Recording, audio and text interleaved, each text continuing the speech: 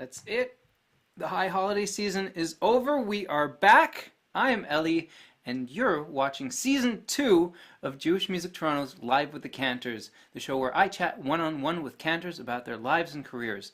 The show is made possible through the generous support of my Patreon patrons, business sponsors, and more. To find out how you can personally help the show and Jewish Music Toronto's other projects, head to patreon.com/Jewish Music Toronto via the link down in the description, or click the card at the end of the show. Become a patron today. Hey, remember to send us your comments and questions throughout the show using the live chat. Just click the live chat button in the YouTube mobile app, or use the chat box to the right if you're watching on the desktop. Now, let me introduce you to this week's guest. My guest this week hails from right here in Toronto, or York Region now, to be specific. She is an honors graduate in music theory from the University of Toronto's Faculty of Music, and an ARCT graduate in piano performance from the Royal Conservatory of Music. She has performed at Jewish Music Week and at the former Leah Poslin's Theatre. She is, in her own words, a product of the Reform movement, and specifically Temple Har Zion, where she is a fixture in the community, originally as a member and now having led the congregation's services for nearly 18 years. Joining me today is Hazzanit Tara Abrams. Thank you for joining me. Thank you for having me. So and thank you for welcoming me into your home. Thank you for coming to my home. It's always nice being able to do the show on the road and on location. It's a lot of fun seeing new spaces. Well, this is my home office, and it's a comfortable place. So, welcome to my home. So let's just jump straight into things here. You grew up in the GTA, raised by your parents Marvin and Carol, who were members of the Temple Har Zion since its founding year. That's correct. Tell me about your youth and the experience of growing up in the Reform community in those years. Well, I was 7. I was in grade 2 when the congregation began. Prior to that, I was actually at Holy Blossom. And it was decided that we needed to have a congregation that was north of the city line, although my parents were living in what was then Willowdale or North York.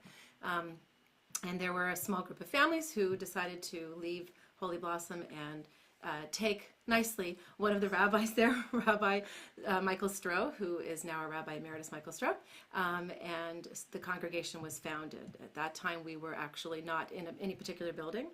But then eventually we did find space, and that space was in Thornhill. And so I remember being there from my very first religious school class. And many of the friends I have now are people that I met that very first day that we met up in school. And I loved religious school. It was great. The way that they designed it was fabulous. We were engaged. Our parents were very involved because it was a startup congregation. Mm. And I think pretty much at that time, almost every member was there at religious school. And we had Hebrew school 2 days a week in addition to that, so that was language. And eventually, after becoming bat mitzvah, I continued on through confirmation, which is grade 10 in the Reform movement. And that's the formal end of our studying in the synagogue as youth. And then you can go on and, of course, do any kind of adult education that you would want. But that's the culmination of our school. So, of course, I did that. And at that same time, I actually became a student teacher. And so I ended up staying in the religious school for many years after that. And partway through all of that, I went to Reform Camp in the States. The URJ. URJ, actually, Goldman Union Camp Institute. Do they call it Gucci? They call it Gucci. But I have to say that when it started, it was UCI. And then at some point, while I was Somebody's attending a donor. It's always a donor thing. It was Goldman. Yes, it was Goldman. And we actually just this past summer, as an aside, went to the 60th anniversary of the camp in August for a reunion, which was great. So camp was really, really important also. And I'm going to pull you back for a second and actually ask you, do you remember much of the original Temple Har Zion before it moved into its current, though recently renovated location? Yes. So originally on that place, there was a house, and a building was built to be attached to it. Prior to that, we were located in different churches and schools in the Willowdale area. Now, my father was the chief psychologist of the North York Board of Education at the time, and I'm pretty sure that he was helpful in securing some of our places where we would have Hebrew school and religious school, because they were all through the North York Board of Education or the Catholic equivalent. And I do remember having services at Leslie and Finch at the Tri-Congregational Church. So we were there for a period of time. If there were any religious symbols that were not from our faith, they were covered up. And it was a very great place to be in. And it was about 5 minutes from my house. So that was handy too. So we were nomads. We were nowhere yet until we got our congregation, our place. But the building itself was developed over many years. And yes, our sanctuary was just newly renovated again a few years ago. Did the term wandering Jews come up a lot? Oh, yeah. Always. As I mentioned in my introduction, you call yourself a product of both your community and the Reform movement as a whole, though I would assume the URJ, which is the Union for Reform Judaism. Mm-hmm. What does that mean for you? In terms of who I am? I know that what I'm doing right now, I would not be doing had I not had those experiences. If that's what you're asking me. That is, okay. No, it very much is why I am the Hazzanit now. It's a relatively new title for me, which we can talk about after. Indeed, we will. Okay. It's in the plan. Okay, all right. And I remember being in religious school and being first exposed to Jewish music. And there was a woman named Carol Strom, who I believe still belongs to Temple Sinai, who was my first music teacher, and she brought a guitar, and she was very cool, and she had a great voice, and we loved making music with her. And then when we went to camp was very much about music. And it also helped me come into my own and feel comfortable expressing, I guess, my musical abilities, and I was involved in musicals there because we did a musical every year, and I used to compose when I was younger, and so I was comfortable sharing those compositions with that group of people. It was a very safe place and a place where music was celebrated. I would say especially Jewish music. We did sing some English songs, but we had a lot of, yes, this was camp, a lot of Hebrew songs at camp, and I just fell in love with Jewish music, and I know if I hadn't been in those places in those times that I wouldn't be doing what I am today.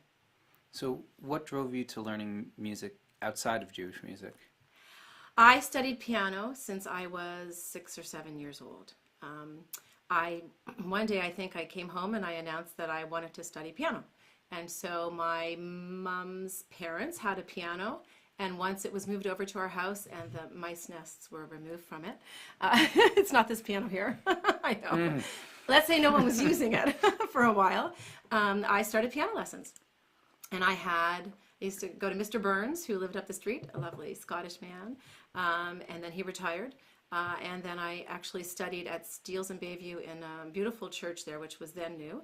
The music director and organist there, Myrna Gowing, she was my next piano teacher. And then when I knew I wanted to study at University of Toronto Faculty of Music, I switched teachers to Gordon Hallett.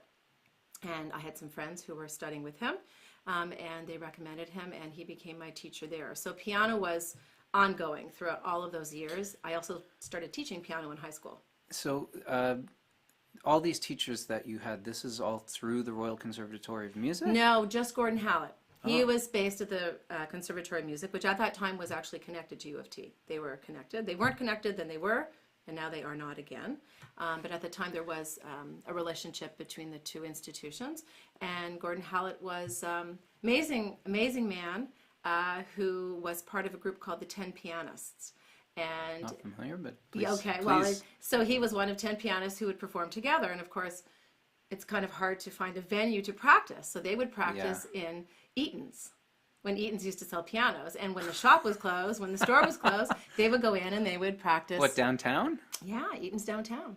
And I know this information because when I was in university, one of the ethnomusical, I can't even talk, ethnomusicologists. Thank you.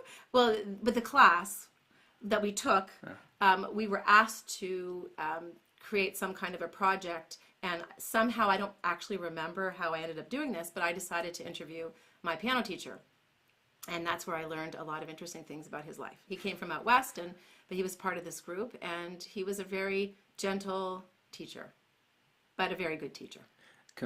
Okay, so you're saying he was a gentle teacher. I have to assume that there are some more Well, I think there tough probably are, but my in your teachers were never. experiences. Yeah, my teachers were never like that. I do Oh, hear about teachers like that.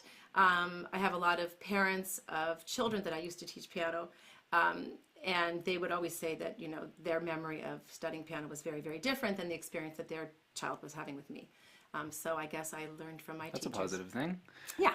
Tell me about the Associate of the Royal Conservatory of Music program, both how it works and your experience going through the program itself. Okay, so with my piano teachers, starting with Mr. Burns, I did study once I knew enough for the different grade levels that are, and were many years ago, organized by the Royal Conservatory of Music.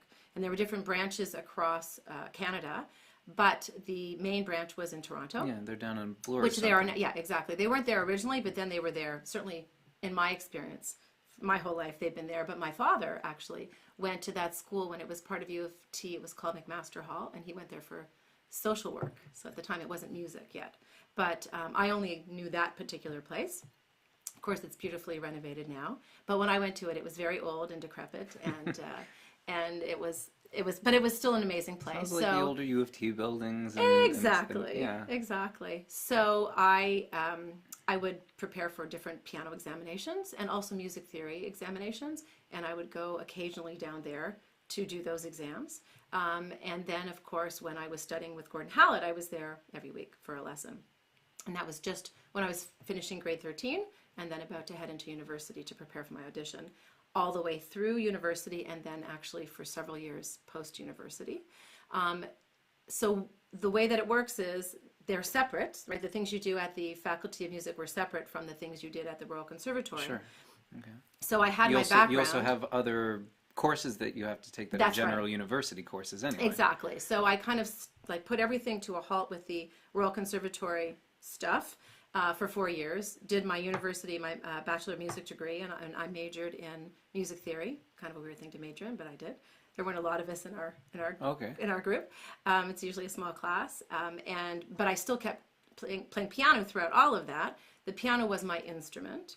After the first 2 years, if your instrument was like you were not in performance, you were not required to continue with your instrument, but I did because it was always important to me, and I was teaching piano through all those years, and so I continued on, and I spent a lot of time there, but not to get a degree or a diploma through the conservatory. So when I finished my degree at U of T and I graduated, I decided I wanted to finish and get my associateship with the Royal Conservatory of Toronto, and somewhere over there is my certificate, the ARCT. And there were, I don't know if it's changed now, but there were 2 different parts to it. There are, and I was going Still? to ask you about that. Okay. Yes. So one was specifically teachers and one was performers. Okay. So maybe that would have something to do with it. I did the performers. I will ask that question later on. Okay. There may be something, I'm talking now to the camera because there's somebody writing in a question. Okay. I will ask her that question later on, but that may end up being a bonus thing on Patreon, so look out for that. I do want to ask, before I ask about the ARCT and LRCT, did you have any performance opportunities outside of examinations and such during your time in the program? So I did. I made them happen because I felt that it was something that I should do. I didn't really love doing them, but because I actually don't think of myself as a performer. But I did know that it was a smart thing to challenge myself and to do something beyond an exam and to share the music that I had learned and studied very hard to learn.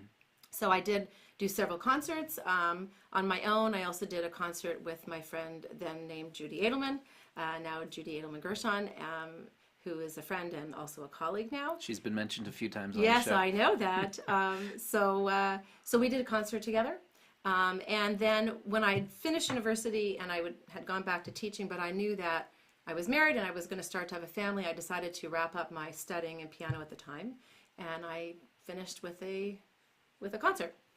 And that was down at the Conservatory of Music. Very nice, very nice. Would you mind explaining the difference between the associate and licentiate diplomas at the Royal Conservatory of Music? So I think that it has changed. I think It was just called ARCT for both the teachers and the performers at the time. And because I stopped teaching piano a number of years ago when I really got very involved in my position at Temple Heart Zion, I am not up on what things are called there now. So I'm not sure, I don't want to give you misinformation, but I do know that there was a lot of, performance was performance. It was about being able to perform, being able to learn music, music obviously at a certain level, because it was the highest level that they had at the time anyway. And the teachers involved a bunch of different types of courses and studying and being able to play pieces from different levels in the Royal Conservatory music system. And they have their own set of books and that kind of stuff. And so that's my best way of describing the difference between the two. And for me, it made sense because of the studying that I'd done and the fact that I was a theory major, that I just finished up the things I needed to do and do the performance. And what I did was, I actually remember going back to U of T and looking up, every year I had to do a jury for the 4 years I was at U of T. And two professors would listen to it and give me a grade.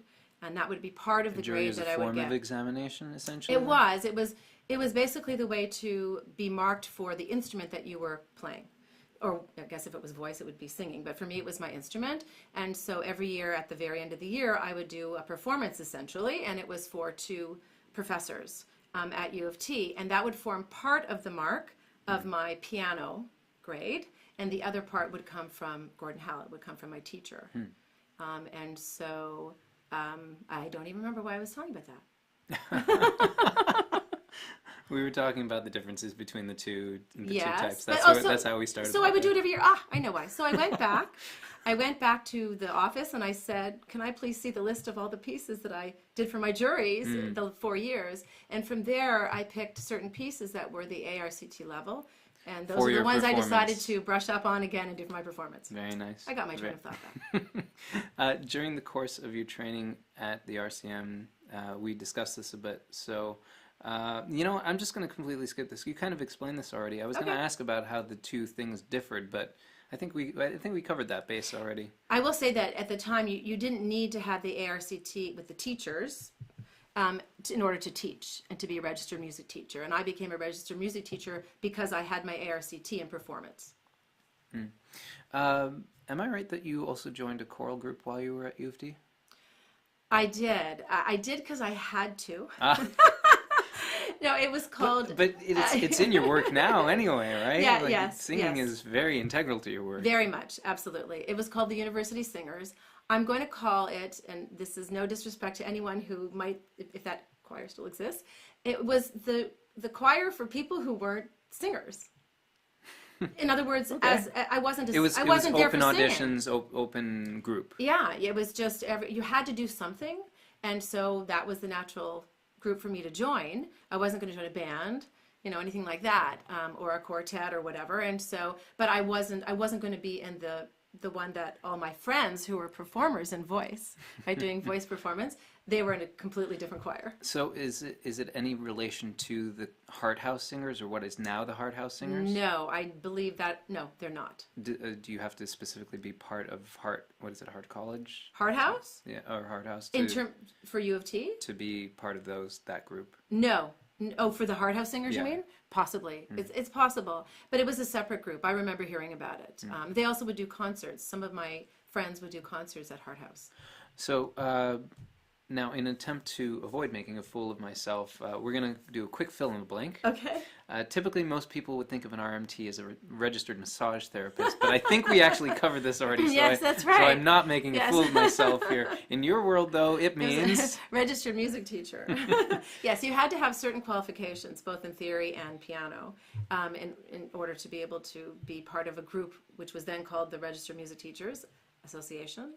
I'm not sure, again, if it still exists, and I was a member for many years. It does indeed. Oh, it does. Okay, that's a good thing. You're not on that list. I'm not on that list because once I was no longer teaching piano, it didn't make sense for me to keep that up. I wasn't in that world, and I'm not in that world anymore. Right. My focus has changed. So, I know that you were on the staff of your J Camp George at some point. Where does that fit into things? Yes, I was. Here? Wow. Many years ago. I was on faculty. I went up for 2 weeks of faculty for 2 years in a row. My son was very young. He wasn't of the age to actually be a camper, so they called him a day camper, and he slept in my room in the lodge. And at that time, Ron Polster was running the camp. I'm not very familiar with the administration. So there have been 3 different directors, and Ron was the second director. Okay, all right. And honestly, I don't even know the years. I'd have to count on my fingers backwards or something. But it was quite some time ago. Suffice it to say, Ryan was little. Emily was a camper. My daughter was a camper there already. And I did go on faculty, which meant that there were cantors and educators and rabbis who, and it still exists, support the camp with their time. And they go up and spend generally 1 to 1.5 weeks up there, and they work together, and they help infuse the Judaism into the experience there. They're good support. So you do anything from create a program to help a child prepare to learn a parasha for Shabbat morning services for the upcoming Shabbat, or you work with the kids who are becoming bar bat mitzvah in the fall, not long after camp, and they need to practice their portion, etc. at camp. So I would meet with kids, not just my kids, but other kids from other congregations. Be so helpful it's a for great kids thing. who are going away. I mean, I love when my you don't have particular access students to go. your tutors Exactly. at home, right? You know that there are people who are going to be able to listen and understand and help out. So it was a neat experience, but I will say it was not the healthiest place for me to be. Right near the end of the summer, just before high holidays, with all the dust and the kids being sick, and I see. and then as my kids got older, I don't think they really wanted mom around, if you know what I mean. So I feel that I kind of paid my dues, and I had a good experience. And the rabbi that I work with, Corey Weiss, he has been up almost every summer, as was Susan Surmer, who was then our director of education. She would also go on faculty. And our current educator, Ronit Strobel-Dahan, she went up for her first time this past summer, and she had a great time. That's awesome. My sister also goes up every year on faculty. Yeah. So at this point in our discussion, I'm wondering, when was the moment that you looked yourself in the mirror and said, you know what? I want to go into clergy life. Was it something that you would plan before heading into university, or did this decision come later on? It came later on. I will say that, ironically, I think it's ironic, when I was graduating from U of T, I also got married right afterwards to my husband, David, and he was still in school.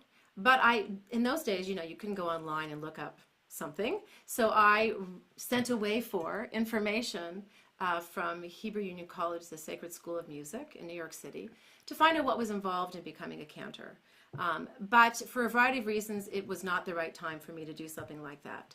And that's why I say it's ironic, because in the end, I am doing that work. But there was not a moment where I looked in the mirror and said, I want to be clergy, because I say this is the job that I didn't know I was going to have. Okay. I fell into this situation. So about 18 years ago, the previous cantor at Har Zion had to be let go. And it happened pretty quickly. And so I was asked to fill in. Can you do this? Can you do that? And at the time, I was teaching piano, but I also had a business, and I had young children, so I was really busy. And that went on for several months. And Rabbi Michael Stroh eventually came to me and said to me, I'm really enjoying working with you. This is great. I want you to keep doing it. And I said, well, how long do you want me to keep doing this? And he said, for the rest of your life. And I said, I'm going to have to think about that. So that's why I say it's the job I didn't know I was going to have. Right. Now, I was involved in the congregation because I grew up there. I was chair of the music committee. So at that time, when my role did change, I had to resign from that position, because that's a lay leadership position. And I had been chair of the music committee for many, many years. I would occasionally lead services, Shabbat morning services. We used to have a separate minyan downstairs. Like a Hashkama minyan, or it was, you know what? We had a Torah study group. Not all of them stayed, but a lot of them liked to stay. And in those days, we had double B'nai Mitzvah every Shabbat. The demographic was such that we had a lot of young families. And so the service was structured such that it was very, very much focused on the kids. And so the people who just wanted to come and worship together wanted to do their own thing. And so there was, we called it instead of the downtown minion, the downstairs minion. So it sounds like a no frills minion. Kind of. Like It was lay led. It was lay led. Yeah, exactly. And some of the people who were lay leaders, when I started to go regularly on Shabbat mornings, which I did about, I don't know, 24 years ago, I made a decision. I was at a stage where my husband could stay home with the kids, and I really wanted to be there Shabbat morning. I just felt that I wanted to be there. So I was involved, and they would say to me, can you sing? And I put it off for a long time because I just wanted to be there and just, enjoy Shabbat. And then eventually I did a few times. I also was asked by the sisterhood if I would be their cantor for their annual service. Okay. So I had done that kind of thing, but I'd never done it on a regular basis. And that's what I was being asked to do when my role changed. Into cantorial soloist? That's right. So the term, I don't know if this was explained before on your show, but the Reform movement is very stringent about who can use the title cantor, which I completely respect. But they're very stringent. Unless you've gone through that very specific 5-year program, then you should not use the title, which is why I've never used the title. And so cantorial soloist was just sort of the fallback term that has been used in our movement in general.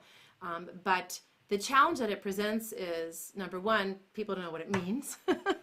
And number two, every cantorial soloist has all kinds of different types of responsibilities. Sure, and since I often say that singing is this much of my job, it really wasn't an apt title for me long term. And as my role developed. And so the leadership recently came to me and said that they would like me to have a change in title, and one that would not conflict with, respecting our movement and the cantors who have been ordained through Hebrew Union College. And it was not realistic for me to stop my job and, go somewhere and do that. And so they said, we'd like you to have a title, and so Hazzanit was the title. So that's very new. That's just this past June. Yes, you're good. Yes. So I was going to ask you about that because I didn't understand what the process was, and you seem very specific in using Hazzanit instead of cantor, which I know, like Cantor Katie Oringal. Yes, well, she went through the program, right? Absolutely. And the other person that comes to mind for me is Cantor Anna Trubashnik. Of course, I was going to bring her up. I actually studied with her for some time when I started to do this job, and she did the accreditation program, which at that time is different than the one that exists now. The one that exists now, although I don't believe there's enough people for a cohort every year, but the one that exists now is run through Hebrew Union College. Cantor Ellen Druskin heads that up. And not familiar yet. That's Still okay. learning these things. That's okay. But previously it was actually run by the ACC, which is the American Conference of Cantors. And so they did that for their peers, in essence. So it's changed. For many years there was nothing that you could do. But Anna was part of that first group through the ACC, and that is how she eventually used the title cantor. Let's move down a little bit because we kind of just covered something that I was going to ask about. Okay. So moving ahead a bit, in 2008, you took part in what could be perhaps called a landmark event. Mm-hmm. You, along with a number of other cantors and cantorial soloists from around the GTA, including Cantor Trubashnik, Yes. Lindy Rivers, Aviva Chernik, and more, performed along with the first female cantor in North America, Cantor Barbara Osfeld, Yes. at a show titled Kol Isha, a cantorial celebration of women's voices. We did. As the show's title suggests, the performers were all selected because they were cantors and cantorial soloists who are women. Correct. With that in mind, how important was that event to you? That was a really important event. It was the biggest concert that I was involved in, most involved concert that I have been involved in, even to this day. It was something that was created, or we were asked to do this by Rabbi Elise Goldstein, who was then the head of of Kollel, the Center for Liberal Jewish Learning. Some of, in particular, I will be honest, it was Anna who was excluded from some concerts, pretty much all the concerts, because she was a woman. And Elise felt that, of course, was not comfortable or fair. And so she decided that it would be great to showcase all the women in the city who were now involved in similar sorts of roles. And GTA as a whole, because I think somebody from Oakville was on that list as well. Then, or in Oakville more recently, you're talking about Aviva?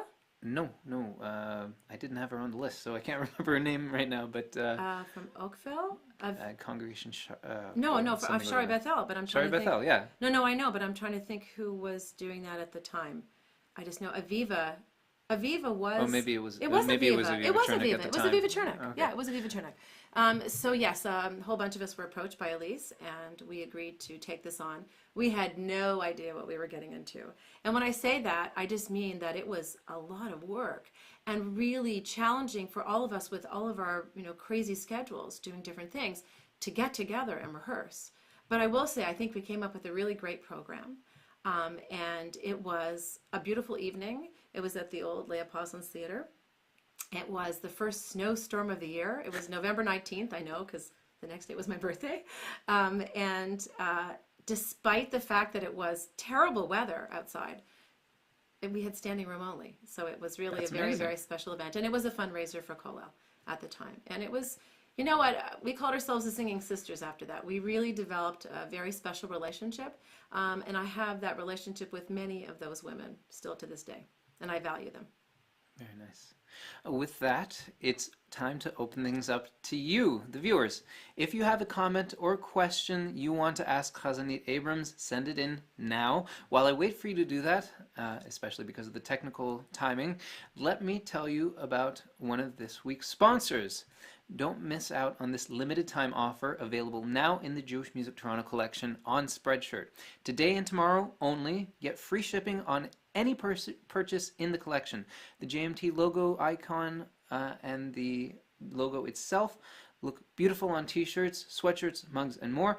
And you can even check out my brand new I Love Jewish Music design as well. I think it will surprise you.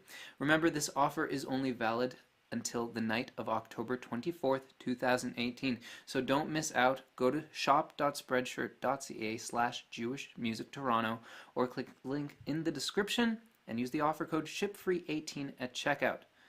All right, so let's see. Questions? Yes, okay. Daniel Gordon, if you are still watching, I'm asking your question right now. Will we get to see a piano performance? He would like to know. Tonight?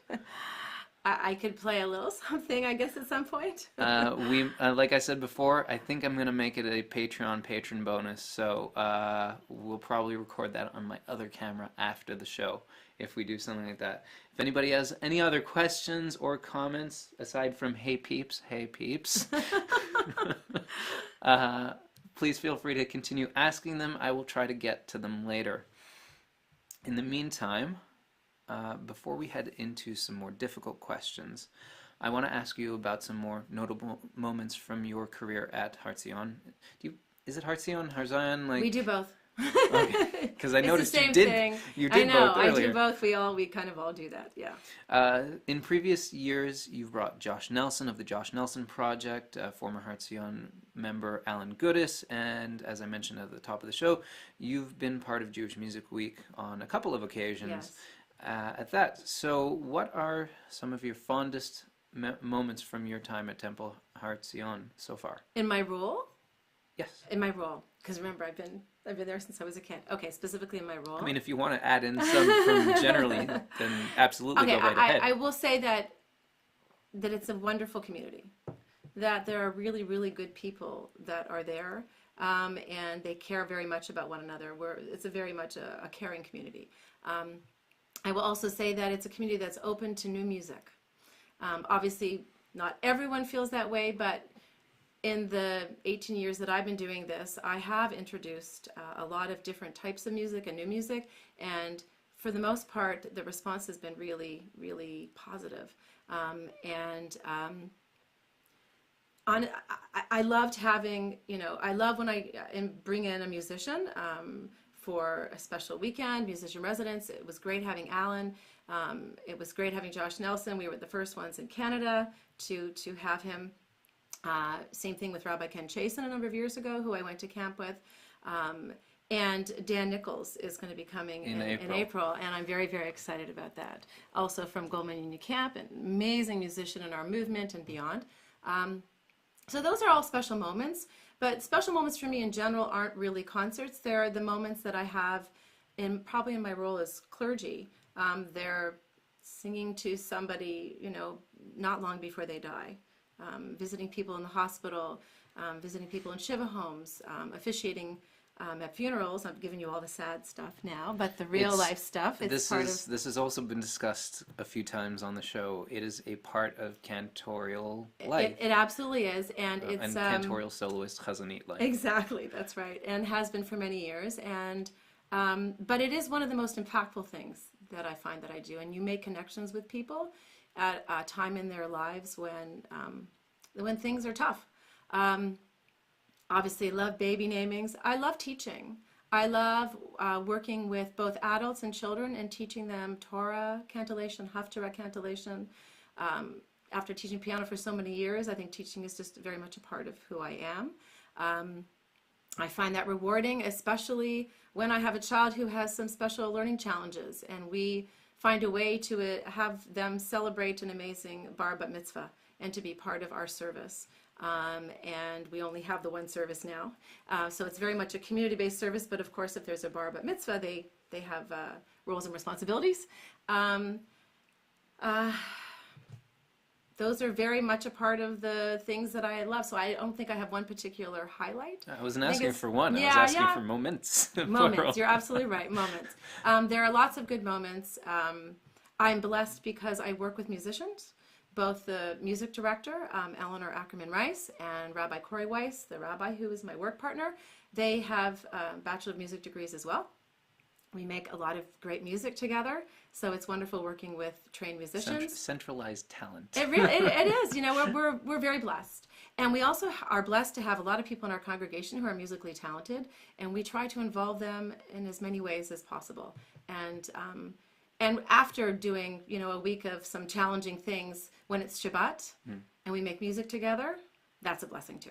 That's really a very special thing. So, since you didn't mention it, what about the tour you organized to southern Italy? Oh, okay. Well, that's that's in a category of its own. Okay. It has its own highlights. So yes, this past June, my husband David Abrams and I led a 12-day trip to southern Italy. We decided to call it Divine Jewish Italia. And if you look carefully at the logo, you can see that there's a little chai in the little wine glass. I don't know if you caught that. I don't think I saw the logo. Oh, okay. It's a great logo. I did look at a little bit some pictures from the trip. Okay. And I saw that it was run by Rabbi Barbara Aiello. We visited her. That's who we were with for Shabbat. So basically, the idea for this trip came about after we met her. In Calabria a number of years ago, and David and I came up with the idea of bringing members of our congregation, and it wasn't just members of our congregation, it was from other places as well, but they were obviously the base, and sharing with them different amazing Jewish experiences that we had had on our previous trips to Italy that weren't specifically Jewish trips, but we would find something Jewish to do every time we were there, whether it's visiting a synagogue or a ghetto, a former ghetto, or whatever the case may be. And so we came up with an itinerary, and we asked a travel agent to help us, and we created a trip. It was an amazing experience, including me and David, 25 people who came together. Like, talk about a community. What an amazing community. Very diverse community. Jews, non-Jews. The youngest person I think was 38. My mom was the eldest, 81. Sorry, Mom, but almost 82. But I think it's amazing. She schlepped everywhere. She was fabulous. And so quite a diverse group. People who were single, people who were married. Just a wonderful group of people. And we had some great experiences with wine, but especially some amazing Jewish moments. And one of those was in southern Italy. Rabbi Barbara Aiello is doing fabulous work in southern Italy, and she is helping a lot of people discover their Jewish roots that maybe have been hidden for a very, very long time. And she has founded a synagogue called Ner Tamid del Sud, and it is up in a very small town called Serastreta, outside of Lamezia Terme in Calabria. And it's a very small place. It actually is the home in which her father grew up. Oh, wow. And she has little by little, I think, bought back pieces of that home. She lives in that building as well, but she has a sanctuary there. And after David and I had visited that sanctuary and she spent time with us, we said, let's fill her sanctuary with sound and with people and with music and with the joy of Shabbat. And that's what we did. And that was one of the highlights for me from the trip. It was fabulous. Do you have some video of that you were able to get? I don't know if we have videos of the actual service. Like our service is at Temple Hartzion or stream, so we can do that. But there are photos. I just meant generally of the visit. Yeah, no, but there were photos. There was a photographer who I think one of the ways she sustains her congregation is by having special things like B'nai Mitzvah take place there. And so I think those people like to have photos taken. Sure. And so she hired a photographer. And for our group, that was a very unusual experience. But it's nice to have the photos that he took because he did capture some fabulous moments. I'd like to turn focus to your family. Just over a year ago, you lost your father. I did. How would you describe him, and how did he influence your path in life? My father was an amazing person. He was a psychologist. I told you that he was in the School of Social Work. Yes. He went on, did his master's and his PhD. He loved music. My father knew more about classical music than I did, and I think Rabbi Weiss might have quoted me at the funeral by saying that I always felt that if my dad and I were in the car together and a piece came on, he was faster at identifying the composer in the piece than I was. Yet he never studied music formally the way that I did. Always very, very supportive of my choices. Didn't say, you want to go into music? What are you going to do with a music degree? Neither of my parents did that. My mom jokes that my brother became a doctor, so then that was out of the way. But it's a joke.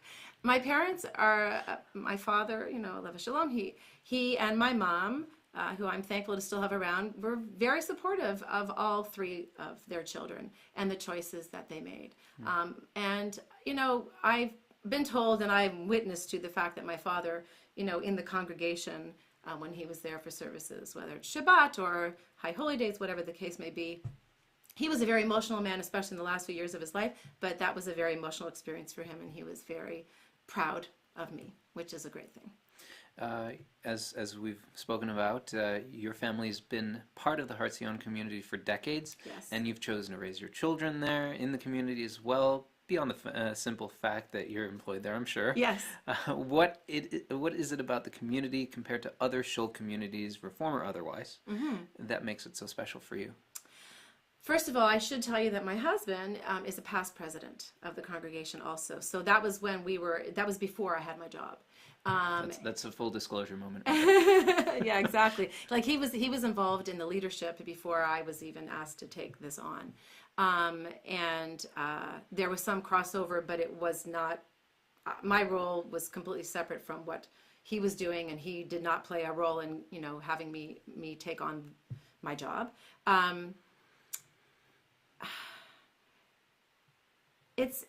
It's a place that I said this to you earlier, I met people there my very first day of religious school who I'm still friends with now. Many of them, their kids also have gone, I've had the pleasure of preparing their children for a B'nai Mitzvah or, helping them through the confirmation process. I've been able to have extended relationships for many, many years, and I think that the friendships that are created in that space make that community more than just a Jewish community, but as many of us say, an extended family. And so in much of our advertising, we talk about the Temple Hartzion family. There's one member in particular who really felt that was an important phrase to use when talking about that institution. It's much more than an institution. As I said, it's a caring place. We come together. There's lots of education for adults. The school programs are great. We have a wonderful new educator, Ronit, who's doing amazing things. And our services are infused with music. And so I think that the people who choose to be in our place that's something that's important to them, and that's something that speaks to them and moves them, especially in a prayer experience. I want to take another turn into some more difficult waters, difficult in that just introducing the topic feels like a challenge for me.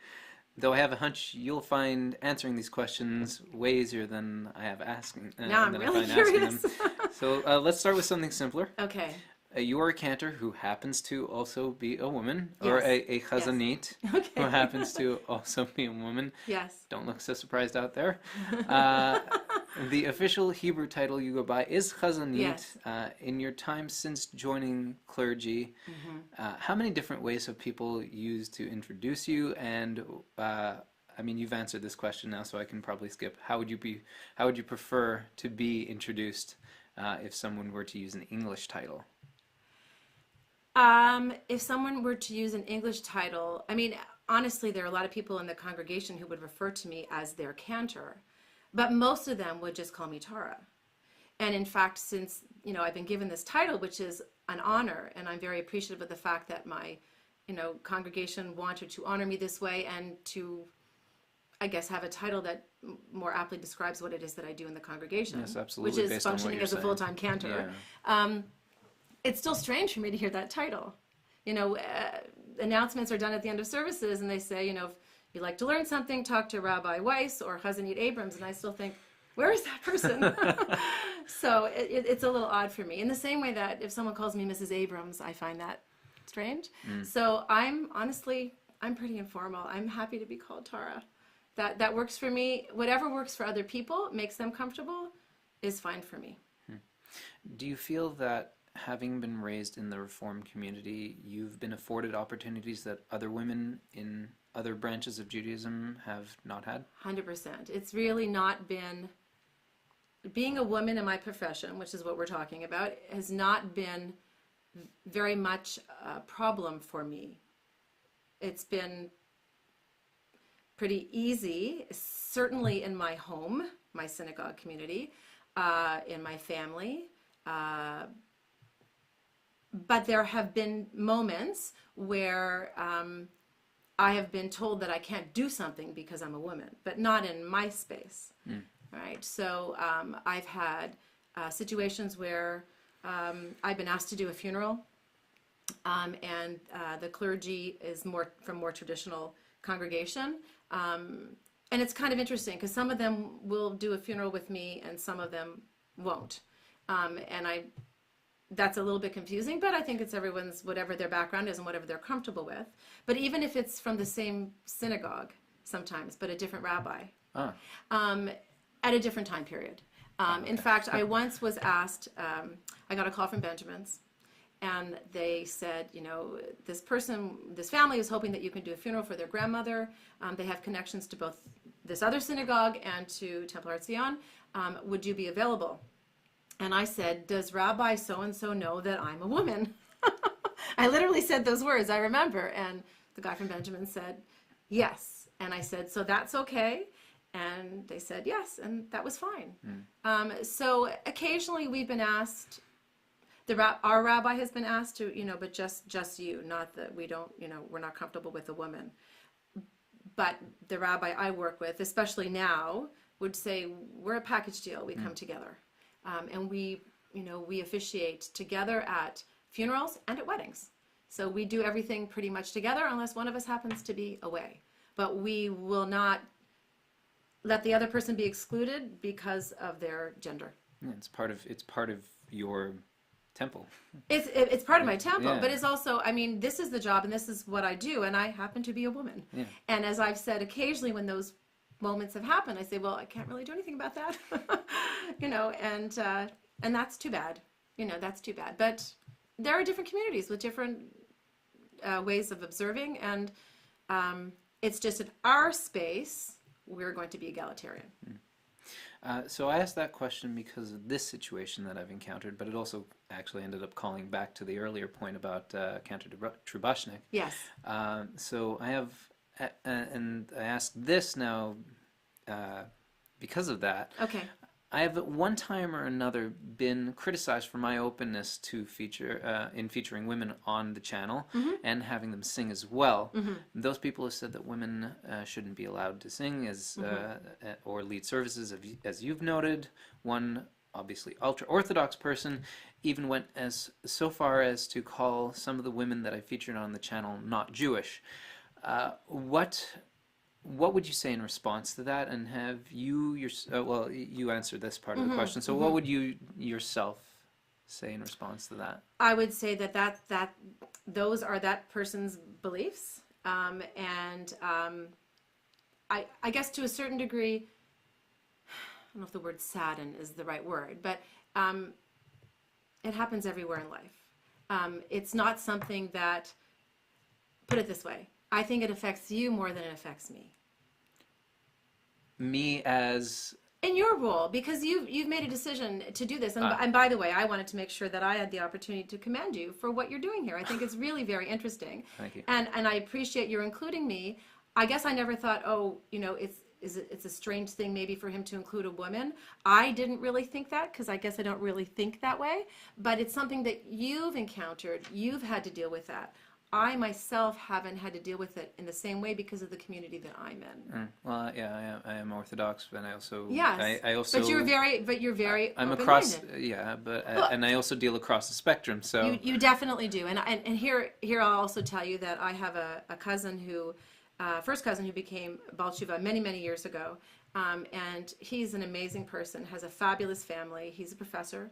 He was at York University, and then they made Aliyah. Sadly, less than 6 months after my father passed away, my aunt passed away, their mom. And so we've had the occasion to be together. And it's been nice to have those times to be together, despite the reasons why we are together. And he is so respectful of what I do. And his wife is also so respectful of what I do. And I know that from the emails that I get or the way that they'll introduce me to somebody. I adore their children. So although we choose to observe our Judaism differently, we respect one another in the choices that we're making. And to me, I think respecting is huge in the world in general. Kind of more than tolerance. I think that you need to be able to say, this doesn't work for me, but maybe it works for you. And that would be my response. That's why I said I think it might affect you or touch you or put you in a difficult position more than it puts me in a difficult position.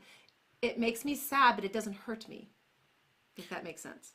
Can I mean, we're talking honestly and openly. So is that possibly also one of the reasons why you do not do more performances as performance? Oh, okay. No, not at all, actually. I think I said earlier on that I never, even with piano, performance is not really my thing. When I do a concert, it's so strange to me when people clap. It makes me a little uncomfortable. I love facilitating worship. I love being in that place. But the best moments for me are not when I'm singing by myself. They're when the whole congregation is singing. Then I feel that I am doing what I should be doing. I am engaging people in the worship experience.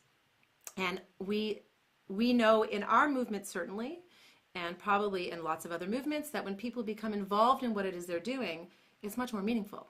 And so, for example, these past High Holy Days, there's a couple of melodies that I've introduced over the last number of years that the congregation obviously loves. And there are moments when I could close my eyes, both services, by the way, because I lead the same service twice. But with everyone singing, both times with everyone singing, I can close my eyes. And I almost want to stop singing because I love listening what everyone else is doing. It means that this is an important place for them to be, and they are thoroughly engaged. That's what I strive to do, as opposed to being front and center myself. So, as we discussed before, earlier this year, you made that transition from cantorial soloist in title to Hazzanit in title.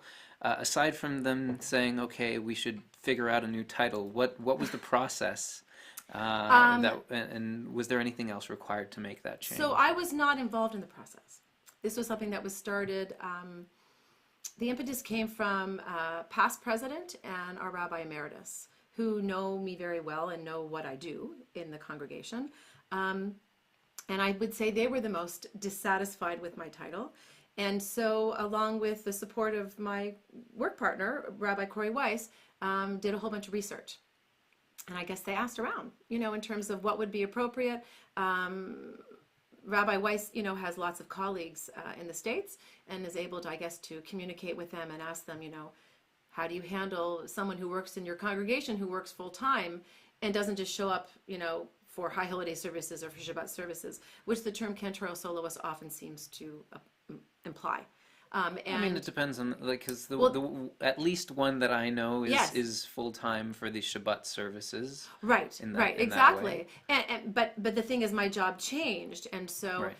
and I think the person that you're talking to, who you had on your show, right, David yeah, Bernstein. right. And when I listened to that, his role is very different in his congregation than mine is. Yeah. Okay. Fair. Yeah, that's why I say when I take the big bulk of everything I do, the singing part is just this much. We spoke about some of your past highlights, and you've mentioned the Dan Nichols is coming in April Yes. 2019 as artist in residence. What are you hoping to gain from his time with the congregation? It's a great question. I am hoping to share the very special part of Dan and what he brings to any experience, anything that he's involved in. He is a very intense person who has the ability to make you feel like you are the only person in his life at that time, and you are the most important person in his life at that time. So when he talks to you, that's your connection, and he can bring that to a wider group of people when he shares music. And I have studied with him at a music conference, Havana Shira, several times in the States, and he's been on faculty there, and I've had that opportunity, plus I've had the opportunity to see him in action when I've gone back to camp reunions, and he has been at our camp. I want him to mentor some of our young people who are up-and-coming musicians in the congregation, especially guitarists and song leaders, up-and-coming song leaders, and I want him to share more of his music, because we already sing a number of his melodies, with the broader congregation. So he will work with our adult choir, he'll work with our children's choirs, he will lead services with us Friday evening, so Kabbalat Shabbat, which will be a family service that night, family-oriented service, and the next morning, a Shabbat morning service with our adult choir, and then he will spend some time on Shabbat afternoon just working with those teenagers. So this is a very short. This is It like is. a weekend thing. It really is. And then he will do a concert. We'll do Havdalah, and then he'll do a concert on Shabbat evening. I'm sorry, not Shabbat evening. Sorry, Saturday evening when Shabbat's over. Very nice. Yeah. Very nice.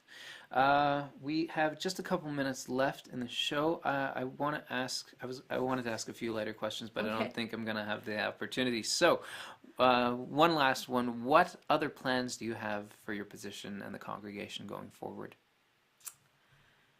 I don't think I need to do anything much different from what I'm doing.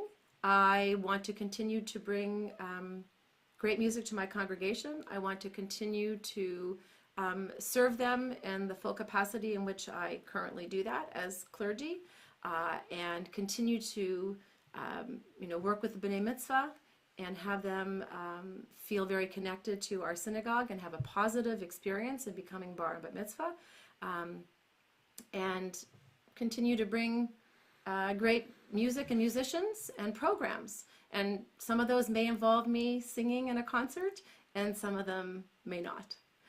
Last spring, I don't know if you know this, we had Rabbi Or Zohar and his wife Felisa come from I didn't Israel. include it in the show, but Yeah, I they came did from know Israel about it, we did a Yom HaSmut concert, which was fabulous, and they do all their own musical, their own creations of music that they use in their own communities in the Galilee, in Israel, and we did a concert with them, and they kind of involved us more than I thought they would be involving us, but it was very inclusive, and everyone enjoyed it.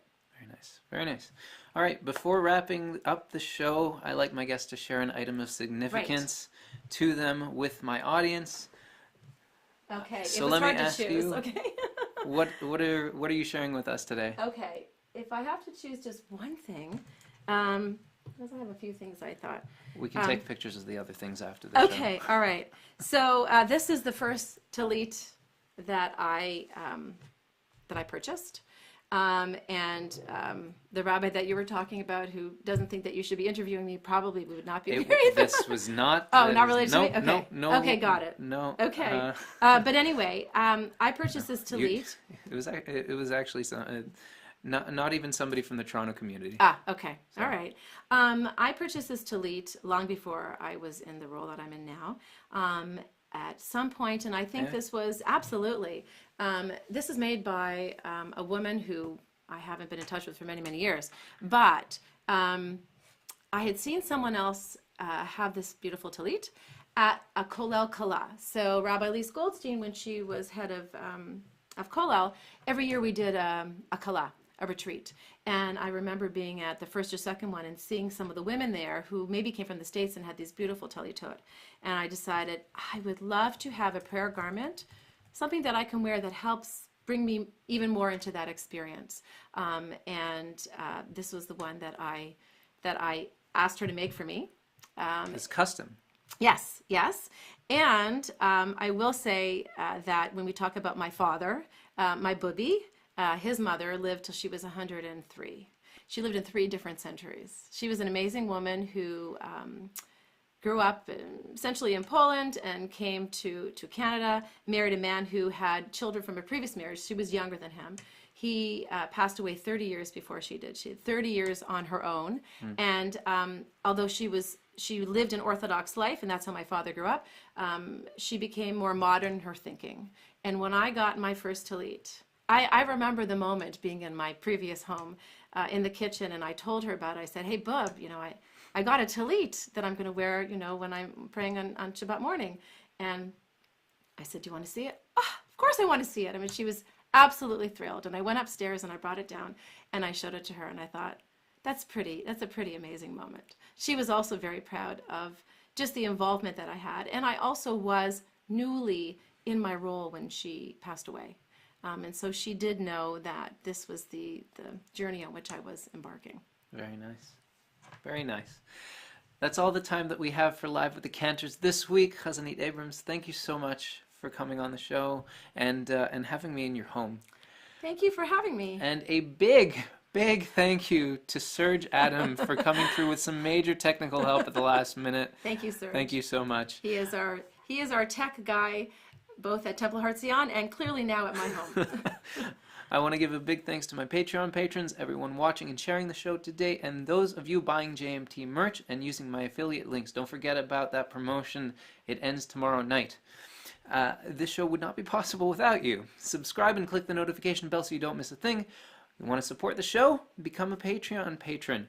You'll help Jewish Music Toronto and get early and exclusive access to behind-the-scenes extras and more. Thanks for watching, and bye for now. Thank you.